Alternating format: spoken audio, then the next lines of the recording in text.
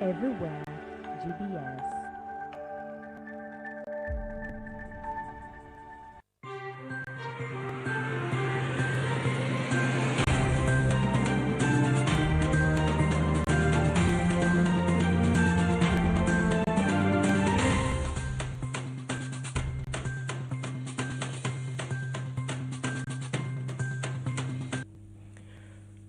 Good morning once again, and welcome to GBS Morning Extra. My name is Tom Muema.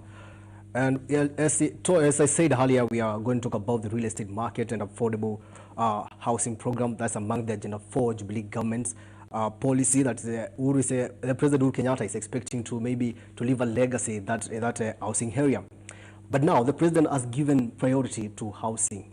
But now the question is how practicable is this program, because there will be a lot of questions from people, and especially questioning the repayment method, and employees have to contribute to 1.5%. But now let's look at the Jubilee's affordable housing agenda.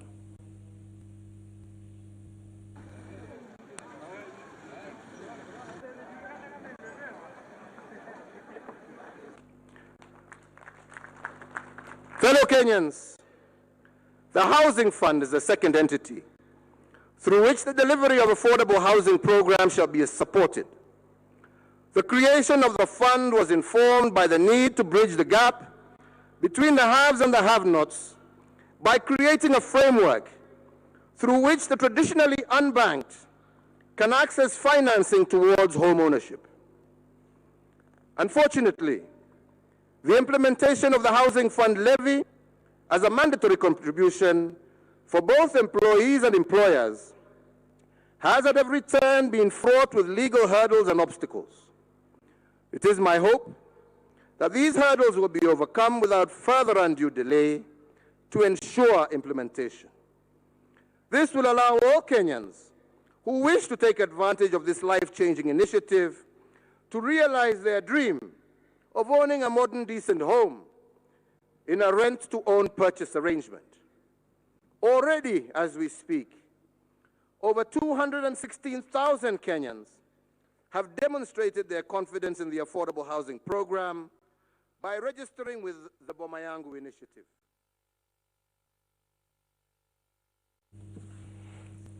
Okay, welcome back to GBS Morning Extra.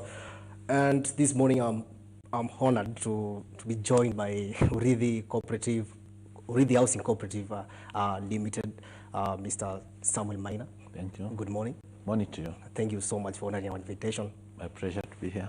And before we venture into the Urithi business, let's now talk about the president's agenda. First of all, what do you make of the affordable housing agenda? It is not only timely, but very, very important in terms of changing and transformation of lives. Because when you have a home, it helps you grow other facets of your existence. And the gaps that we have witnessed in our country, especially in the affordable housing segment, is that there is always a shortfall of over 200,000. There are pertinent issues that need to be addressed about affordable housing, namely the location, the geographical spread, and also the affordability. The component of affordability, again, is something we are not really addressing. 1,000 units per year in Kenya. And that cumulatively has been raised to almost 1 million shortfall, and it keeps on increasing as there is rural-urban migration. But having said that, housing affordable is an integration of several factors, namely the cost of land, and the cost of land is determined by proximity to development, and how far it is, of course, from the commercial centers and from the road and other social infrastructure. So that informs the cost of land. And you realize that that is the first handle, because the more affordable the land is, the more further it is from those centers. So for people to reach to their places of work and other conveniences, they need to be close to them. And to be close to them, it means the cost of land becomes another question.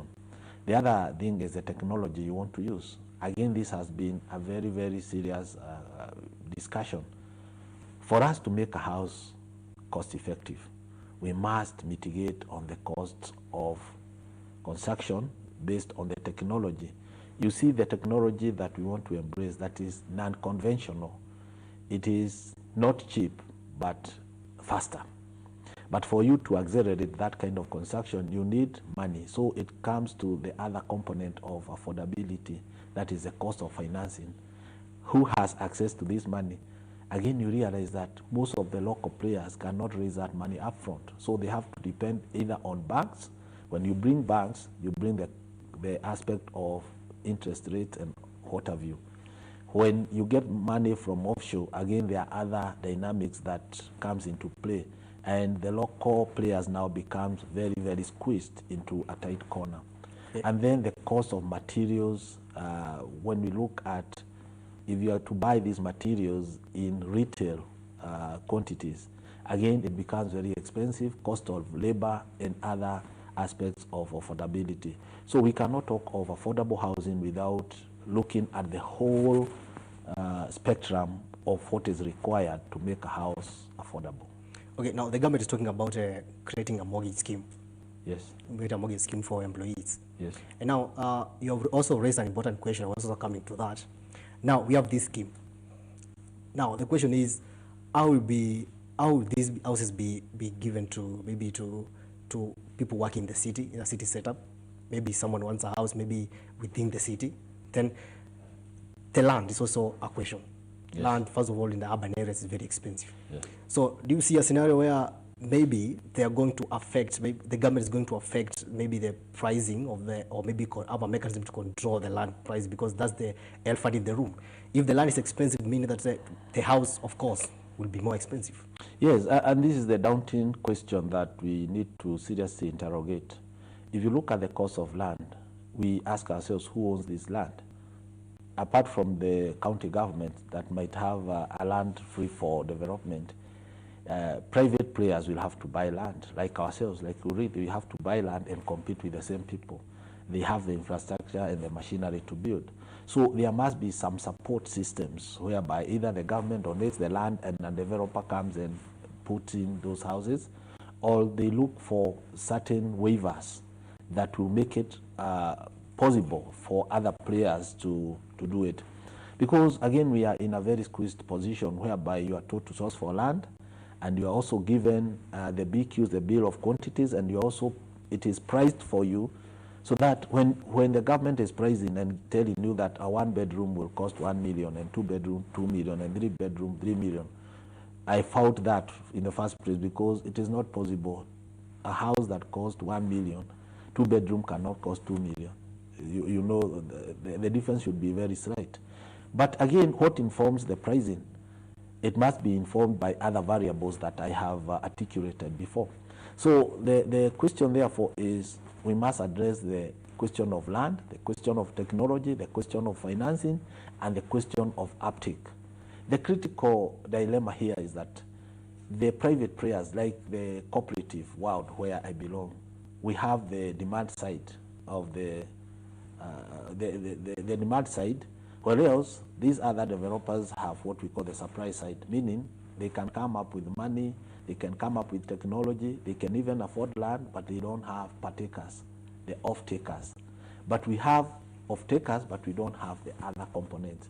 So how do we synergize what we have plus what we don't have so that we can make it complete? For example, I would wish that these people would come and team up with the cooperatives and ask them, you have 30,000 members.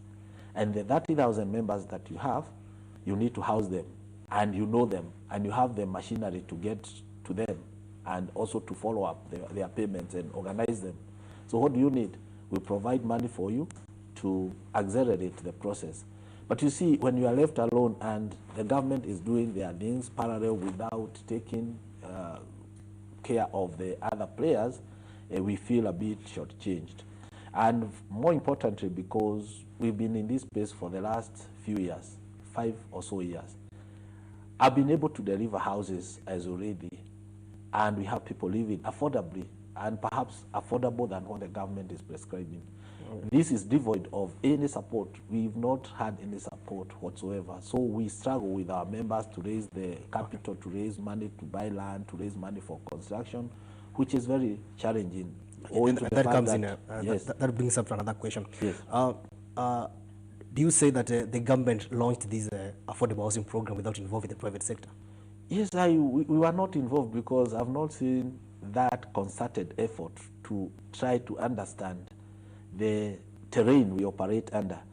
I think there was no proper buy-in, and that's why it has taken so long, because for the government to take 2 years talking about affordable houses, it means that there's something that they did not get right. For example, we need to have laid down a very clear infrastructural system of doing that, the roll-up program and the implementation matrix. How so? For us to make these houses affordable, we need to ask ourselves, who are the consumers? Number two, how do we implement even this mortgage scheme? Number three, how do we source for funds? Number four, how do we follow up the payment so that we can reach out to these people? And the people, for example, that are being taxed today, you cannot force me to belong to a scheme that I don't need. Look at the people who are employed and who are likely to be deducted this money. These are people either with their own houses or in another scheme through their cooperatives. The other thing is that, and I keep on vouching for cooperatives, is because 9 out of 10 houses are built by cooperatives.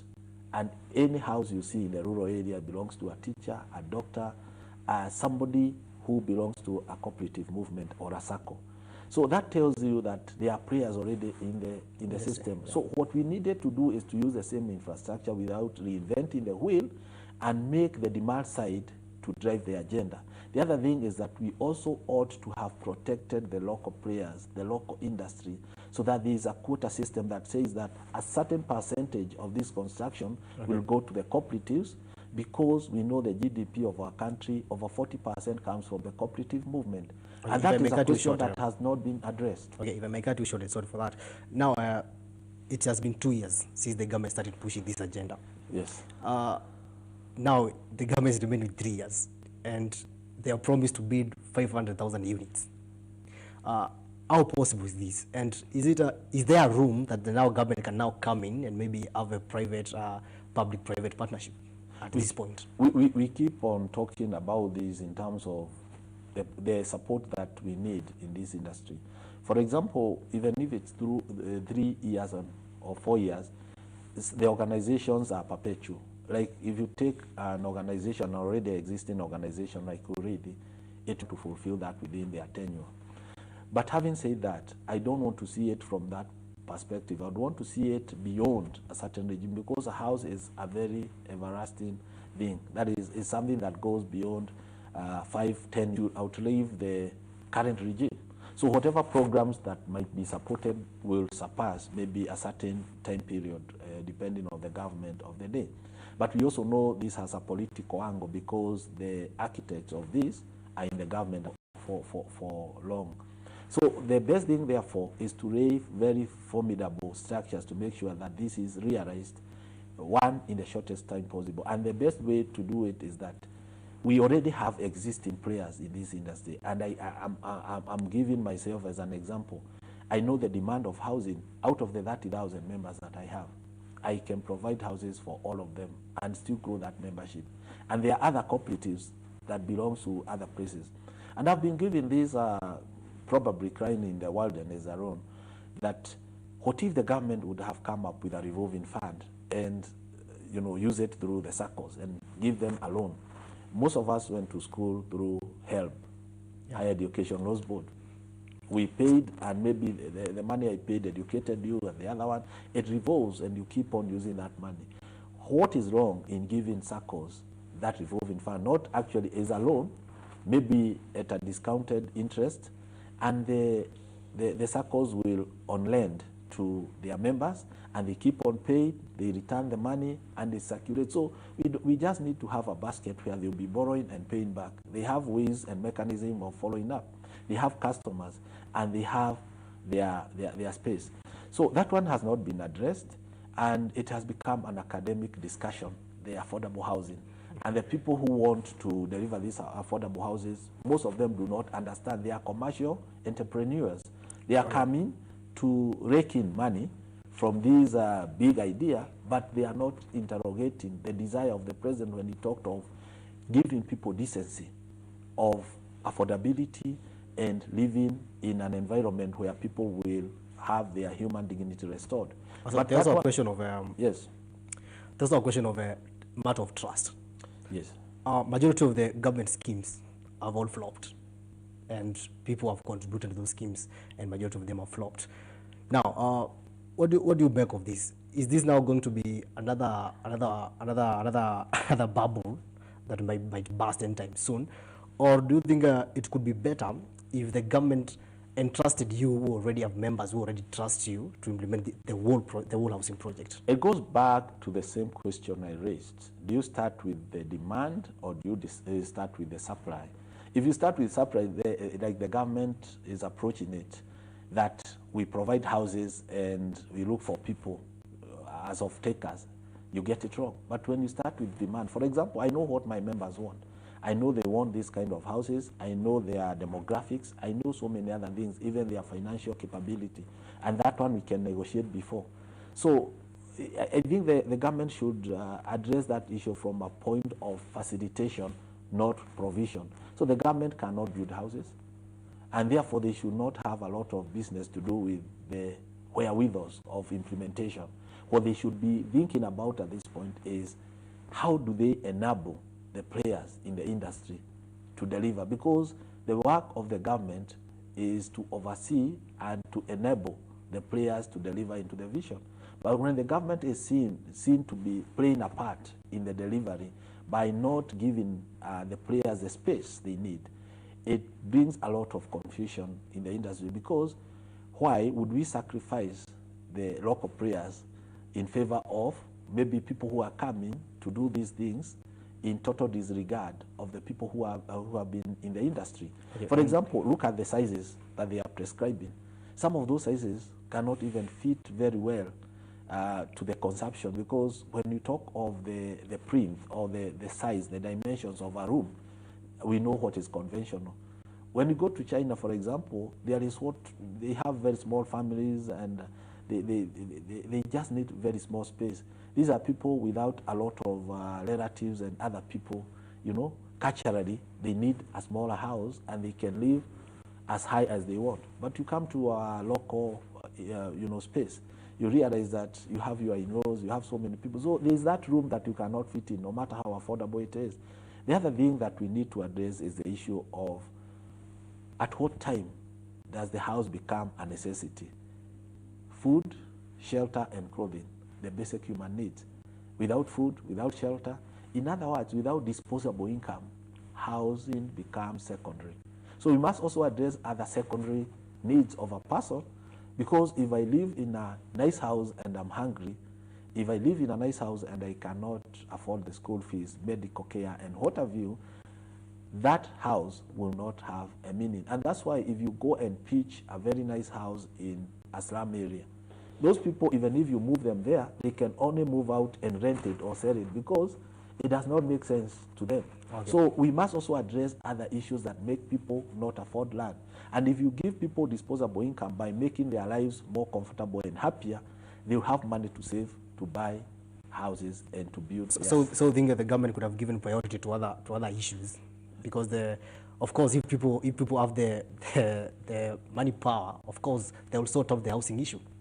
That is true, because if you look at the drivers of economy and what makes the triggers of development, there are those things that stimulate economic growth.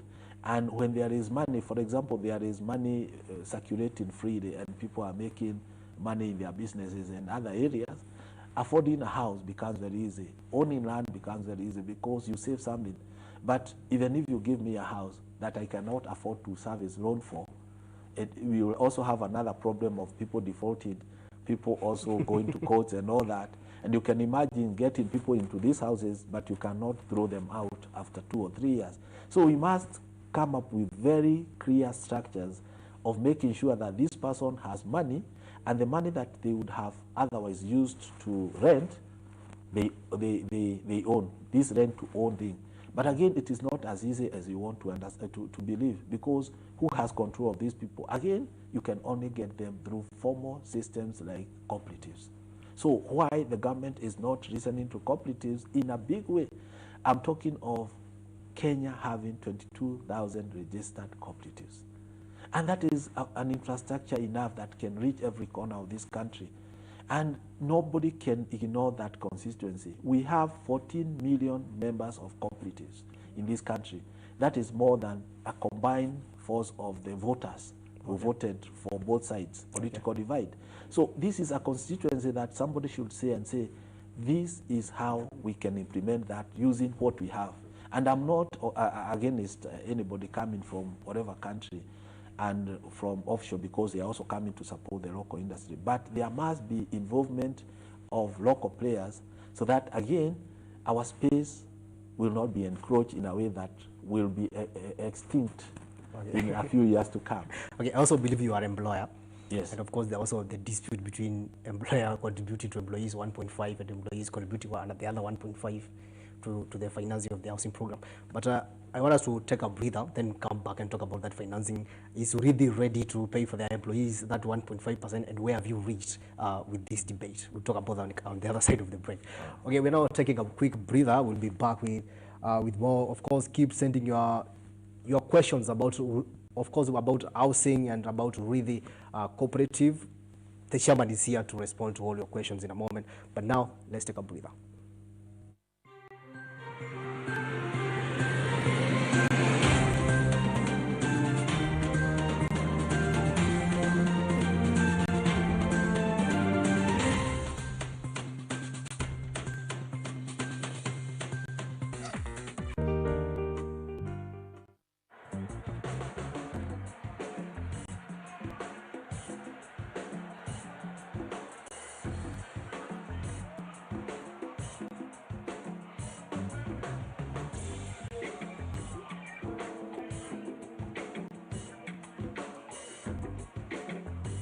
There are even smarter ways to enjoy life. Just pay your DSTV account on time and unlock amazing rewards. It really is that simple with DSTV Thanks.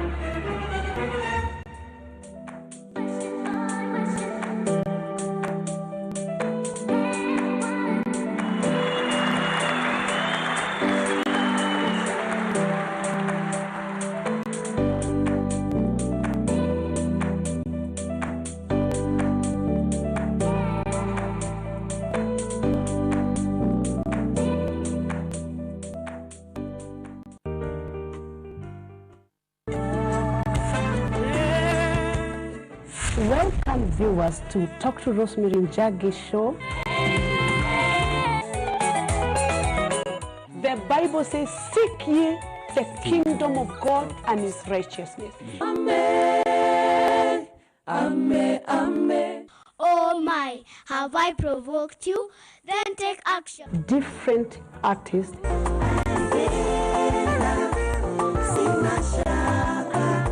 Different choirs. Rescue me, shun. Pump me with your Holy Spirit. Different praise and worship.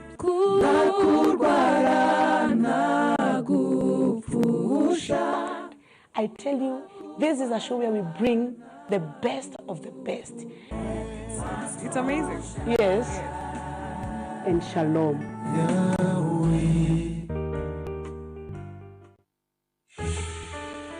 Tomorrow belongs to those who prepare for it today. At Thika Institute of Business Studies, we give you an opportunity to prepare for tomorrow through unrivaled courses enhanced with practical skills. We will engage you both in class and out of class, and you shall come out a very different person. We organize attachment for our students. Wow, this is the place to be. Thika Institute of Business Studies, the highway to future success. Baba ki mama ne ka bueno te roca yoga ne oka chango ne oka chango ne oka chango jale ne oka chango taya. You are watching the People's Show in GBS. Don't miss it.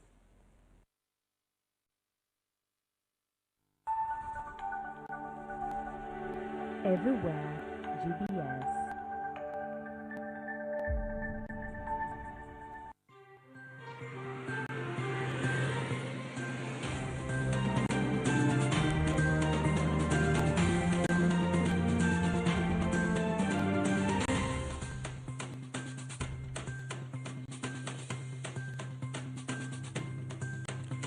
Welcome back to GBS Morning Extra. My name is Tom Muema, and of course we are talking about the affordable housing in Kenya, and of course there has been a lot of pertinent issues that the government is yet to address. And getting from the comment, I have Bethel Kipkirui from Eldoret is asking Mr. Chairman, what happens if I have a mortgage and then the government forces me to get another house or pay for another mortgage?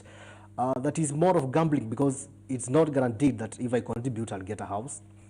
Also other issue that you had also raised earlier. Yes. And of course we have someone called Blasio. He doesn't say where he comes from, and he's asking, is Urithi available in Mombasa?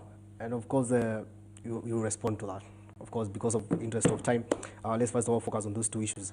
First of all, there's the issue of the funding, the financing.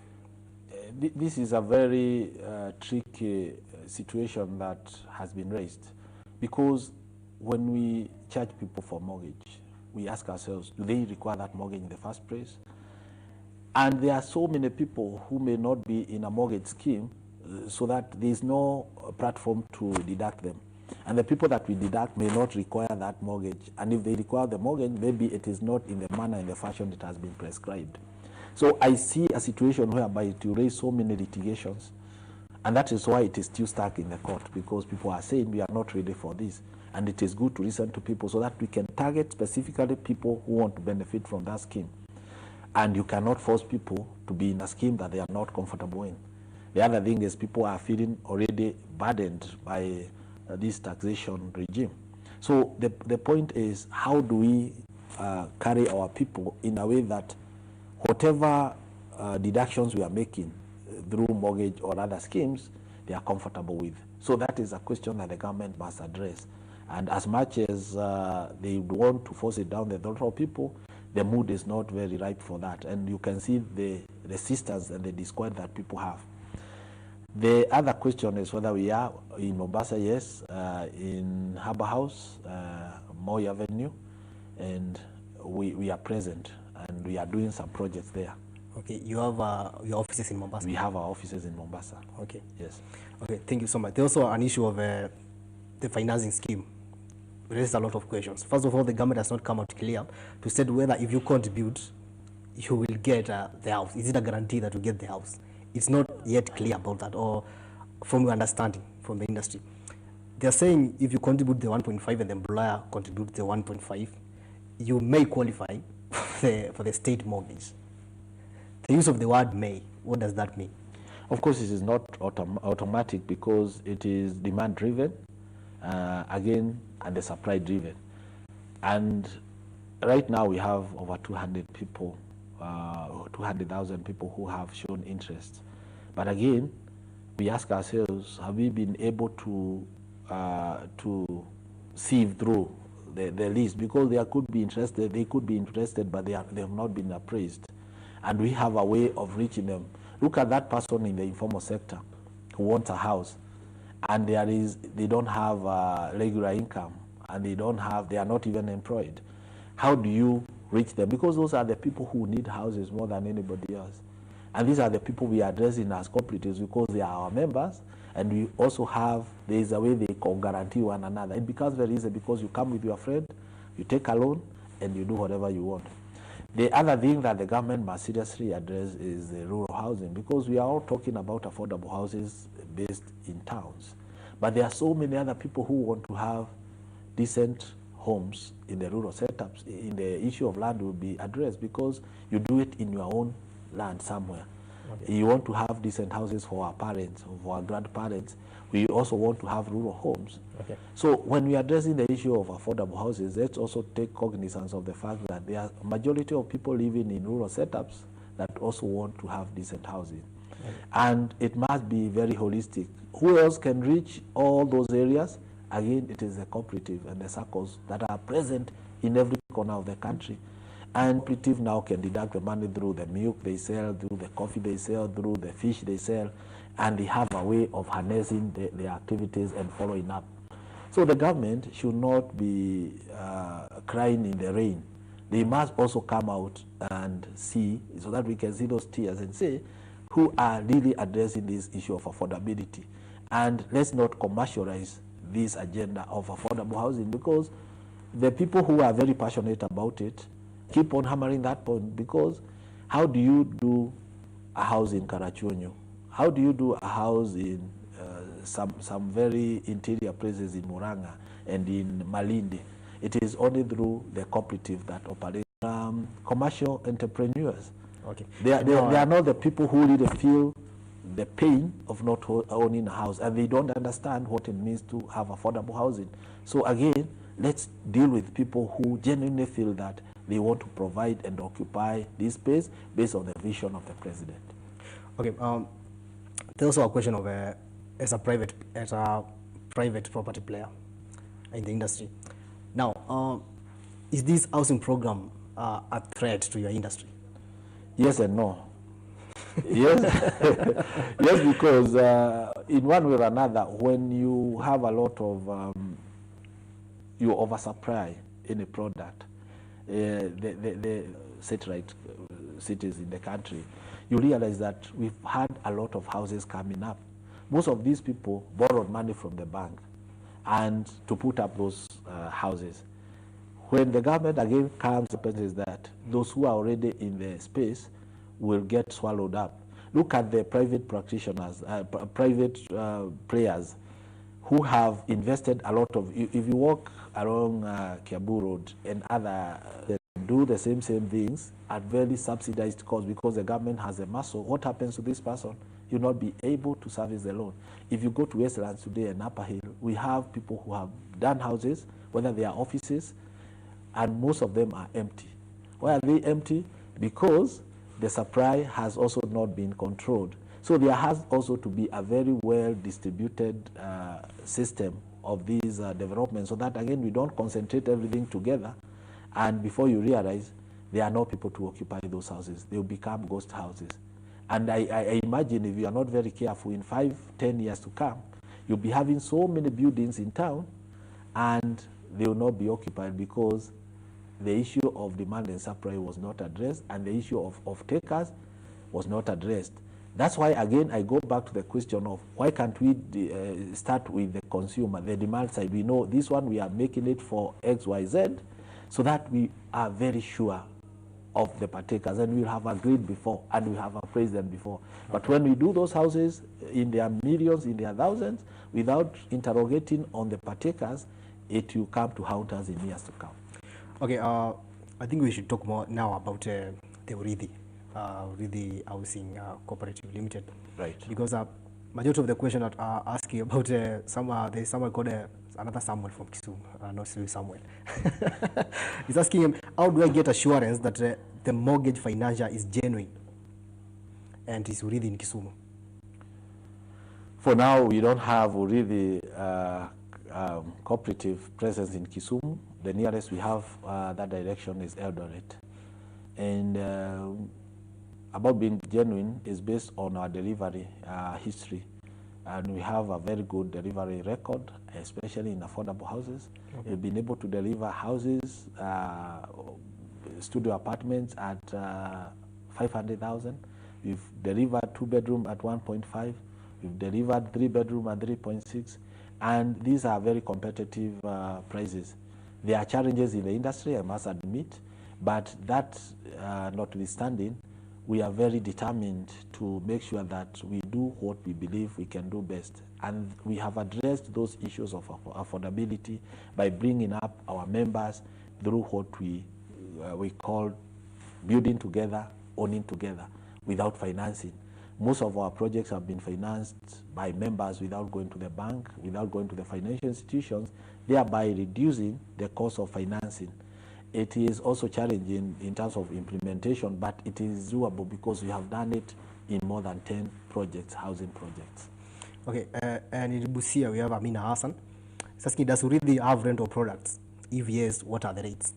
We don't, for now we don't have rental products, but we are moving towards that direct. Next to universities, we want to do hostels for universities, and we give our members what we call own a room program, so that now you can rent out to students. That is a program we are rolling out in some of the universities.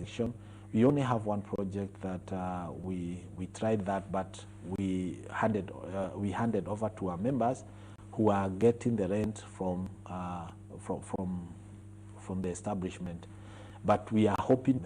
So you don't rent directly, but you can rent through your members? Through the members. Okay. Yes. And also there is a Jenga from Moyale is asking, how do you deal with the issue of unscrupulous contractors who bid substandard units?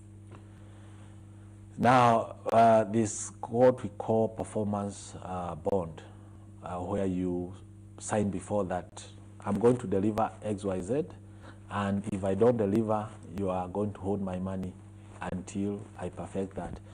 Again, it is very tricky because when you're talking of contractors, some of them are very cheeky, and they'll come, get mobilization fee of 30% and then disappear. But having said that, we have very genuine local players who understand the terrain and the track record that they have. You can deal with it based on referrals from other areas that they have worked before. And as a cooperative, do you have your contractors or yeah, we have internal contractors, and of course there are those that we do ourselves and others we outsource, depending on the magnitude of the project. Okay. There's also a question from someone called Amos from Kitengela. He's asking, can Urithi assist me in selling a property? It depends on what property. We don't deal with small properties like I have a plot of 50 by 100. But if it is a big land, we can talk. We can even package it in a way that we can sell on his behalf. Okay. So if it is wholesale, we can address that issue. So you can always strike a deal with it? Yes, we do JVs. For example, you have land, we want to do development, we can do it together. We don't have to buy land. We can do it together and share the equity. And is it a must for one to be a member to enjoy such privileges? Yes, it's good to be a member because we like dealing with the members because they understand the organization.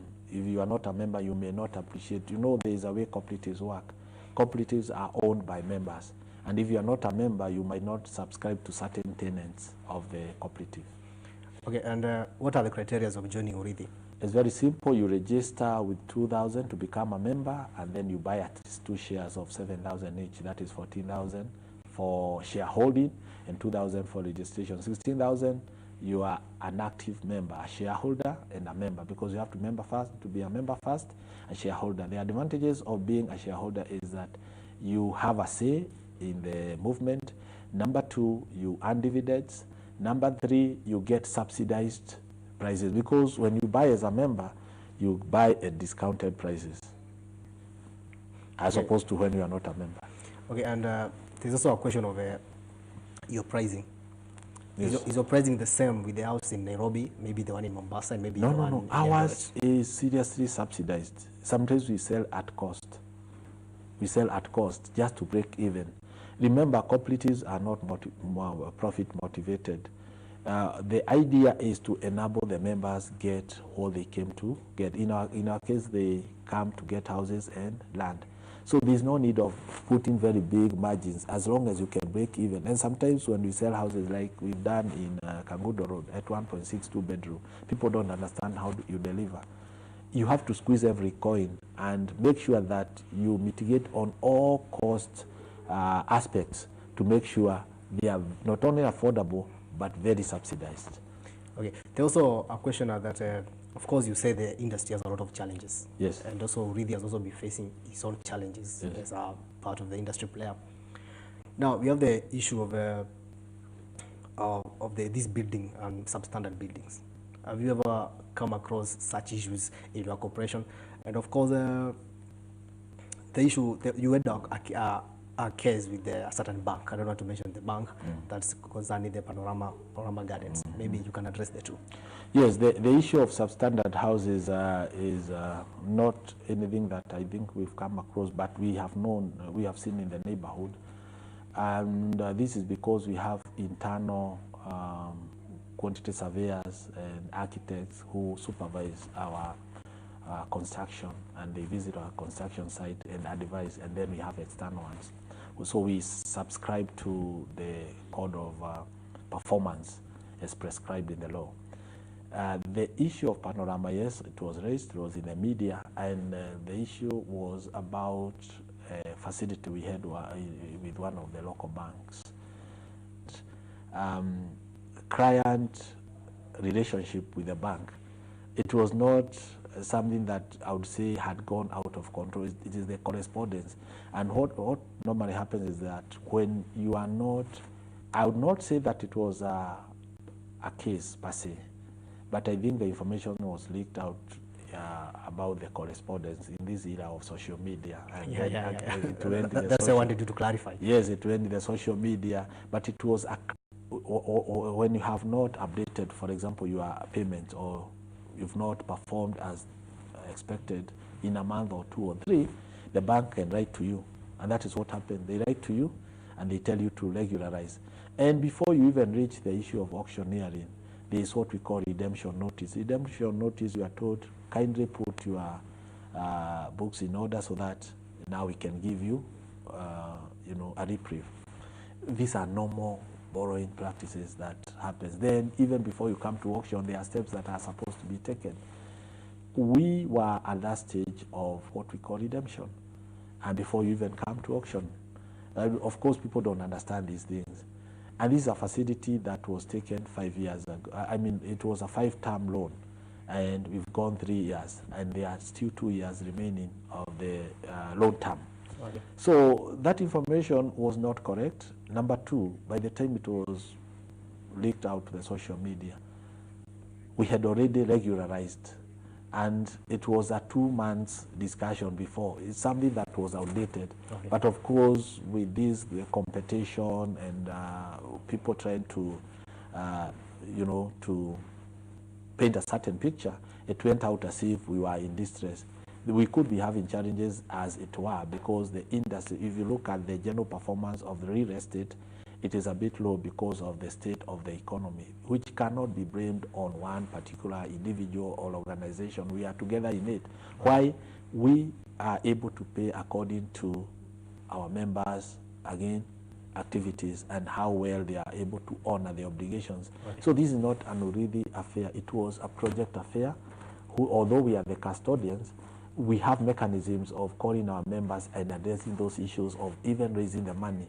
So I think the news that were even in the newspaper was in bad taste, and I believe we've been able to stabilize the situation and also address the issues, and we went back on track by addressing them with the bank and the members of the project. So no one should be worried about the project. If someone is interested in the Panorama, can still get it. In fact, this is the best time to get it.